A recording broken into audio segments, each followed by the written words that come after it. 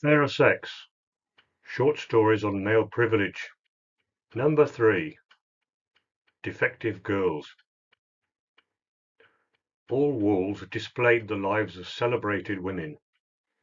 Cleopatra, Joan of Arc, Florence Nightingale, Marie Curie, Jean-Paul Sartre's girlfriend, Posh Spice. Shelves overflowed with biographies of the same. A giant banner proclaimed, "Women are one half of the world's people, but they do 2/3 of the world's work, earn 1/10 of the world's income, and own 1/100th of the world's property."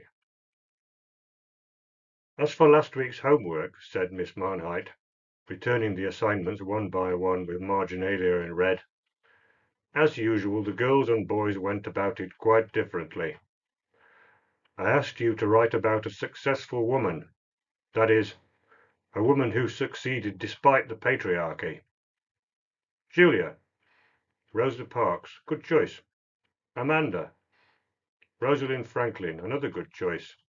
For those of you who don't know, Rosalind Franklin discovered DNA, but a couple of male scientists stole all the credit. Francis Crick should have been called Francis Crook. As for the boys, why is it that when I ask boys to write about a successful woman, they'll choose Margaret Thatcher? She doesn't count. She was an awful woman. We want more women in positions of power, but only women with the right politics. She also succeeded without women-only shortlists. As I've said many times, if we're to have a level playing field, then we must also have women-only shortlists. No grades were awarded for assignments. Grades had been abolished, as low grades damaged self-esteem. This echoed the policy in school sports, in which no scores were kept, and in which there were neither winners nor losers. Losing was far too serious a risk to a child's self-esteem. Miss Manhide returned to her desk. Now, as I've said, we'll begin reading The Handmaid's Tale by Margaret Atwood. This brilliantly conceived classic was written in 1987. It is about the Republic of Gilead, a patriarchal dystopia in which women are subjugated, even more so than today, that is, until they have one function and one function only, as baby machines. The novel is about their fight for independence. Julia, begin reading at chapter 1. We slept in what had once been the gymnasium. The floor was of varnished wood. This reading continued until chapter 2, at which Miss Manhite asked Timothy to take over. A chair, a table, lamp above on the white ceiling. Some laughs. Ceiling, a relief ornament in the shape of a wreath. The girls laughed, and some of the boys. I think it's best if Andrea takes over. The reading continued for a few more minutes until it was time for a classroom discussion. Miss Manhite asked for initial impressions. I see some boys have put up their hands already, said Miss Manhite. I've said this 1,000 times. When we have a classroom discussion, girls must be given opportunity to speak before boys. It levels the playing field. It also makes up for all those centuries in which women and girls were oppressed by men and boys. Julia? I think it shows what could happen if women aren't careful. They must fight for equality with men, said Julia. Well, exactly. Good.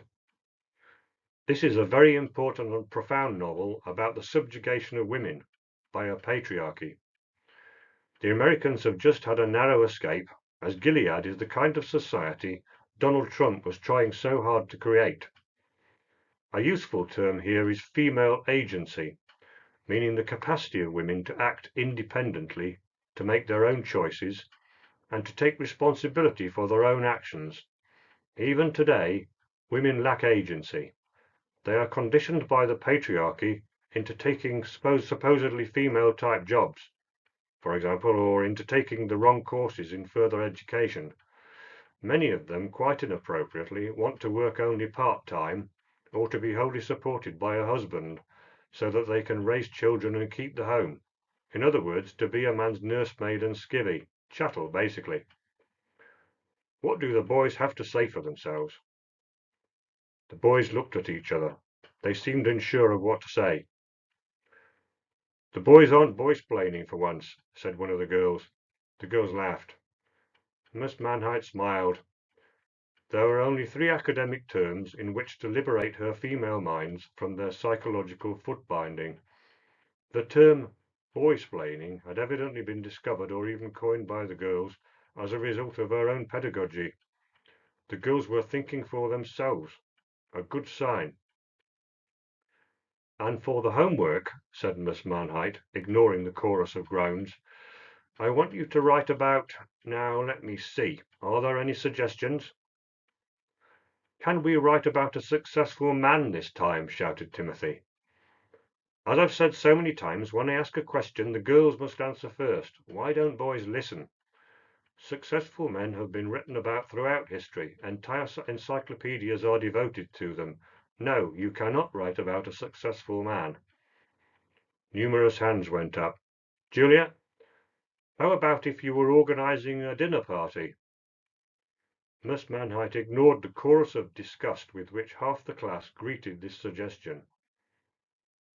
How about battleships? Came a shout from the back of the class. As I've told you many times, Timothy, you must put up your hand. I did put up my hand, Miss Manhite. How about the FA Cup? Came another voice. There will be no football and no skateboarding, no rockets, no pirates, no decapitated heads, no monsters devouring cities. Yes, I think Julia's idea of the dinner party is excellent. This remark was greeted by a still louder chorus of disgust from half the class. You will all write about giving a dinner party, selecting the guests, choosing the menu, cooking the food, sending out the invitations, laying out all your clothes and deciding what to wear. For the girls, it will be necessary to show how you'd get your husband to help. If you sent him to the supermarket, for example, you'd have to give him a shopping list, otherwise he'd just come back with beer and crisps.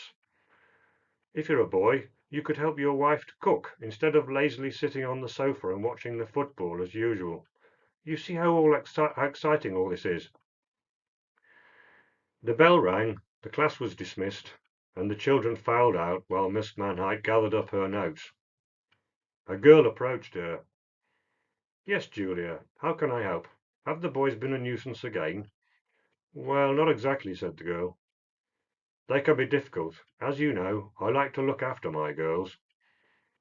It's just that sometimes I worry about the boys. They kind of get ignored. When you're a grown woman, Julia, you'll understand how everything in society centres on men and boys. I'm not biased against boys. I just try to control their reprehensible characteristics. It's not much to ask for a few little insignificant spaces in which girls and women are prioritised. You shouldn't feel sorry for the boys. When they're men, they'll have all the power anyway. We women just have to muddle along the best we can. I try to prepare you for the world you'll face. You'll have to fight male privilege and toxic masculinity all your life. The girl nodded slowly and walked away, while holding her files close to her chest. Miss Manhite left the classroom, walked along the corridor and out into the courtyard. The school was in 2 halves, upper and lower. The staff room, to which she was now headed, was in the upper.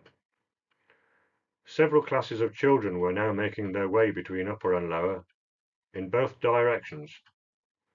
Knock him, came a voice shout. 2 boys were in a tussle, their hair awry as they held one another, pushing and shoving. A couple of women teachers were trying to pull them apart. "Oh, you two!" shouted Mr. Newton. Mr. Newton taught physics.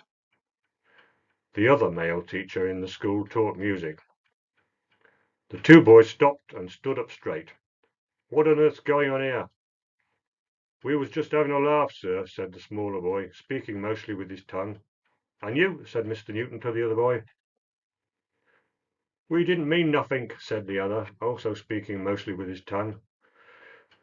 "What's this about?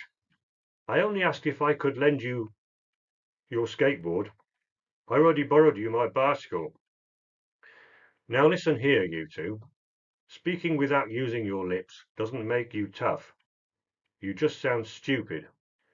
Some day you'll be looking for a job, and that's no way to talk at an interview.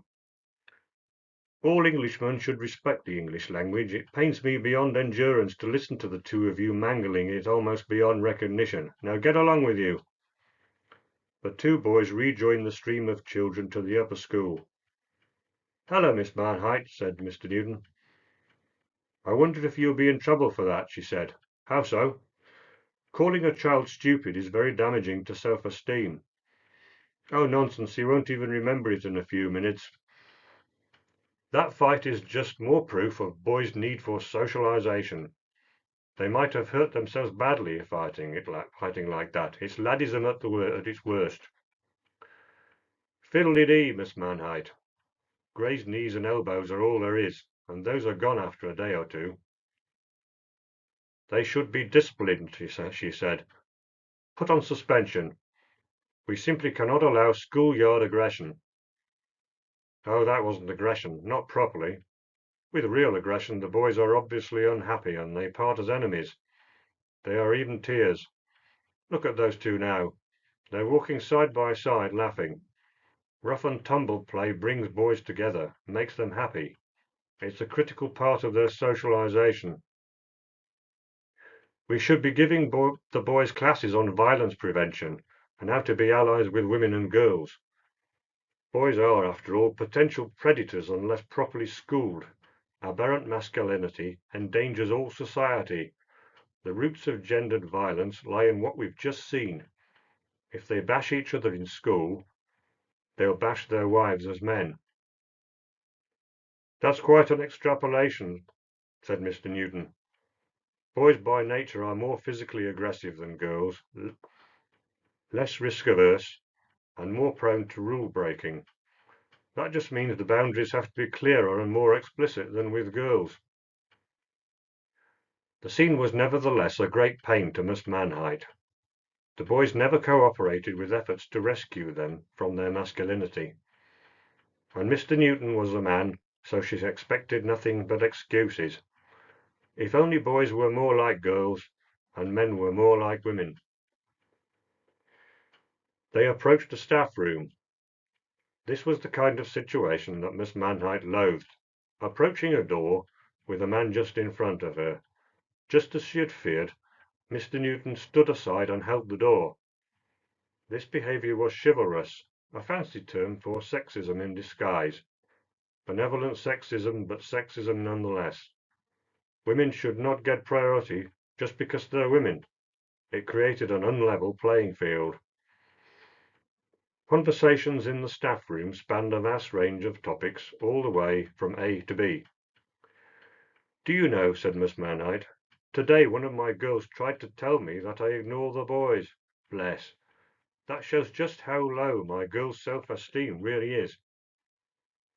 Girls are conditioned to feel less worthy of attention, as if they're some kind of second-class citizens. They're taught to be silent, modest, passive and unassertive. That's the patriarchy's doing, the school's hidden curriculum. I do everything in my classes to redress this imbalance, and obviously the boys get resentful. Just for once, everything doesn't revolve around them." "If girls need female role models," said Mr. Newton, "then you have to accept that boys also need male role models. Other classes focus exclusively on important men, but the boys never complain about that. The age of discovery or the rise of science are entirely about men. Christopher Columbus, Vasco da Gama, Isaac Newton, Albert, well, that E equals MC squared man. If we're to get equality, then women must assume centre stage. Physics classes are not about men, said Mr. Newton. They're about physics. You should also know that Rosalind Franklin did not discover the structure of DNA, as you keep telling your pupils. Francis Crick and Joseph Watson discovered it. You've been listening to Woman's Hour again, haven't you? With every year that passes, I see Rosalind Franklin's stock rise a little bit more. First, she didn't get proper credit. Next, she had her findings stolen. Now she made the discovery all by herself. And science, Miss Manhite, is about evidence. I refer to that banner in your classroom. Women are one half the world's people, but they do two-thirds of the world's work, etc. I would like to follow this up. Can you direct me to the evidence to support this statement? I have the strongest suspicion that it's been made up. Science, Miss Manhite said, is a patriarchal construct. If I may return to my point, I asked the class to write about giving a dinner party. None of the girls complained, but there was the usual cacophony of objections from the boys. One boy even wanted to write about battleships. War, hardly an appropriate topic.